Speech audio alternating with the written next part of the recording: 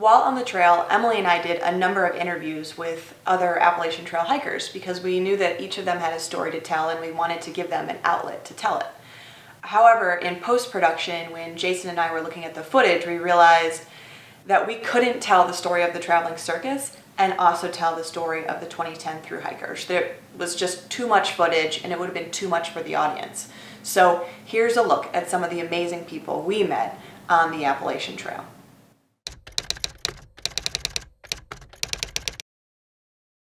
Hey, I'm Vicki Edwards. I'm a retired school teacher living in Florida.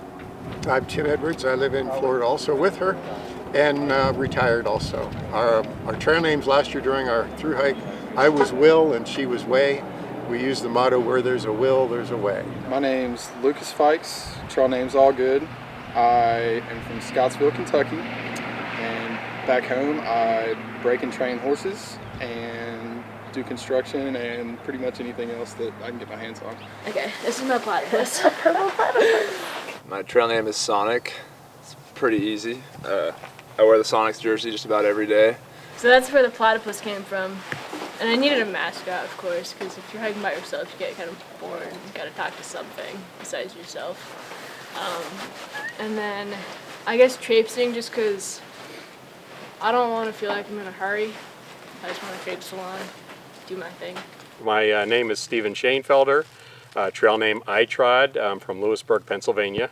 My name is Molasses. I last lived in Oregon. I got the name because I'm pretty slow at doing just about everything. My name is Donna Logan. I'm now from Virginia, originally from Canada. My trail name is Signage because I like the signs. When I first started out, I would say, is that signage up there? And does that say shelter? So they started calling me Signage. Dark Star. How did you get your trail name Dark Star? I'm a huge Grateful Dead fan, and Dark Star is a jam that I just get sucked into, and it just called to me. People that work in the seismic industry were called doodlebuggers, and at that time I talked about my job all the time because it was kind of a crazy work 6 weeks on, 6 weeks off, so that's where doodlebug came from. Didgeridoo came from the fact that he's carrying a 9-ounce didgeridoo. My name's Molasses. You know everything takes longer. I know, it's like, 10-minute interview. Well, now that you film me, did you want to smoke down, or are you against that? You above that? No, I'm... You're high on life.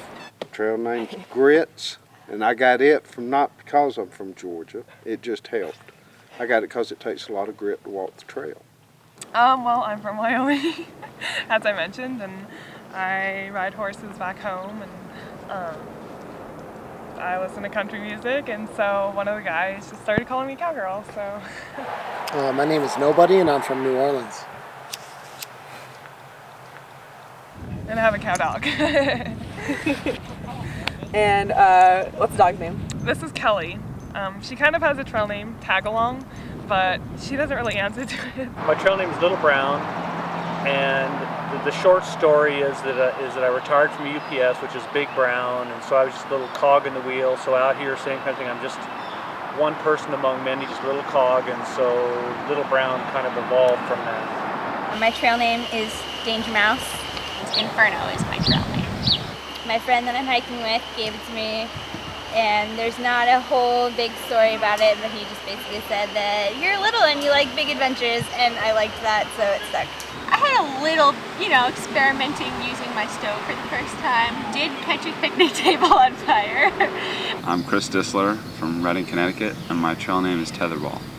And my trail name is Moose. We hadn't had trail names for the first 2 weeks. We're tired of introducing ourselves as just Chris or still Chris. Because we both were just such good friends in high school, and then to go to college and never not talk, on the phone every few weeks or every month or whatever. And I haven't actually played tetherball since maybe 2nd grade, but we did pass the tetherball pole on the way. And then to actually come back together and be like, oh my goodness, we're still really good friends. Snickers. Snickers. How did you get your trail name? Third day, I was at the shelter getting my breakfast, and being the third day, everything was poorly packed. and I was emptying out my food bag to get to my breakfast at the bottom of my food bag. And I had probably 3 bags of the fun size pour out of my food bag. And well, that is pretty much the end of the story. It was pretty anticlimactic, but if you were there, it was more of a hilarious moment because it looked like all I was eating was Snickers. Big Dipper came from a tattoo I have on my back. And yeah, so it's like the entire Big Dipper across my entire back. And I decided to get it because I grew up on a farm in Maine. And through all the adversity through my life growing up and through my family's adversity, I always had the Big Dipper to look up to as a dependable consolation that was always there for me in times that I needed it. My name is Yanni Stoner. I'm from Wellesley, Massachusetts. What was the other question? What's your trail name? My trail name is Yanni Stoner. So you use your real name. Why is that? Because I don't feel a need to change my name when I come out here. I'm not a different person. I'm still Yanni Stoner out here. I'm not running away from anything.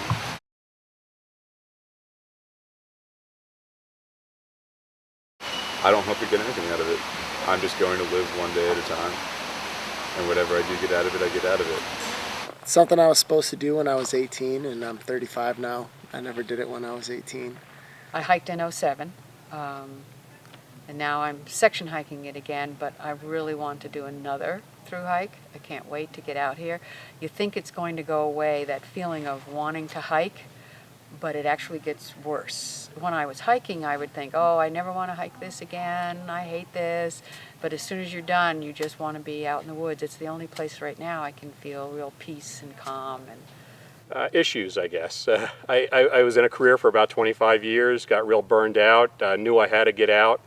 Wasn't so sure how to get out of my career. I want to learn to listen better on this trip. It's one thing that I've talked about or thought about a lot. And I want to learn myself, because there's a lot more depth to myself that I haven't got to or given myself the opportunity to get to. But out here, you walk for 8 hours a day and you're stuck in your head. You're either thinking about your feet and how your feet are feeling, your blisters and stuff. You're thinking about your muscles, or you're thinking about your life and how you can better yourself because of this, and every day is a challenge, and it's great. I was to hike in 2009, and then in December of 2008, I was diagnosed with breast cancer. So hiking in 2009 didn't happen. So I went through surgery and chemotherapy and radiation, and now finally, a year later, we're out here hiking. We're out here. A thrill for adventure, love for just being out here and stuff like that. I didn't have anything better else to do. Last few years I had a pretty rough battle with alcohol and drugs, and I went to treatment actually 3 times.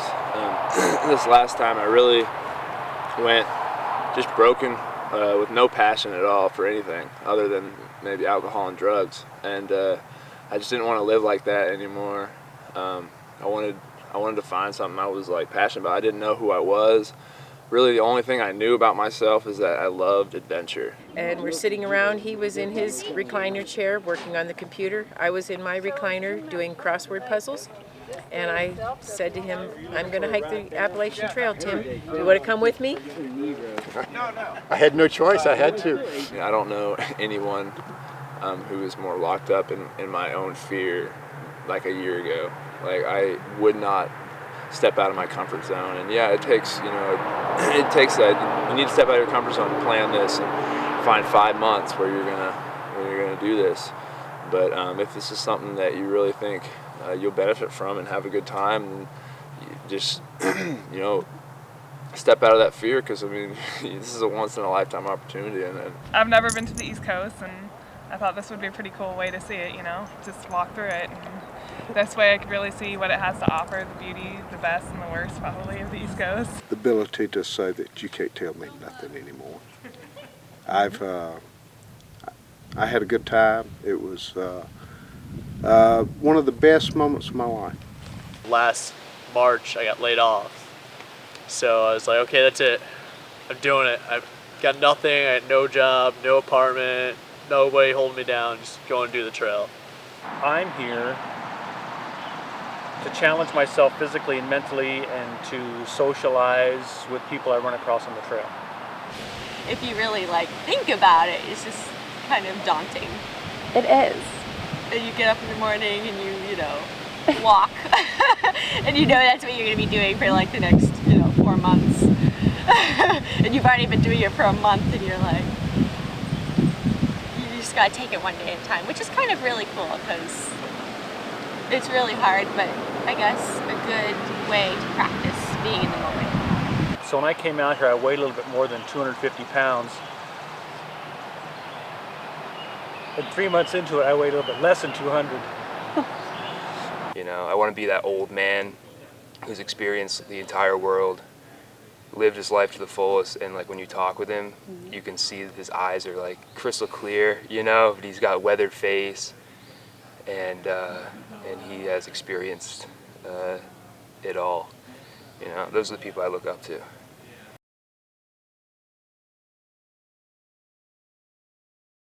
The people you meet out here, the people are the trail a lot. I mean, the trail is beautiful and you see beautiful sights, and being in the wilderness and the quiet is just wonderful. But also the people you meet out here are just fantastic. Really, the community that evolves out here, the rolling party, so to speak, is really, I think it really fosters success.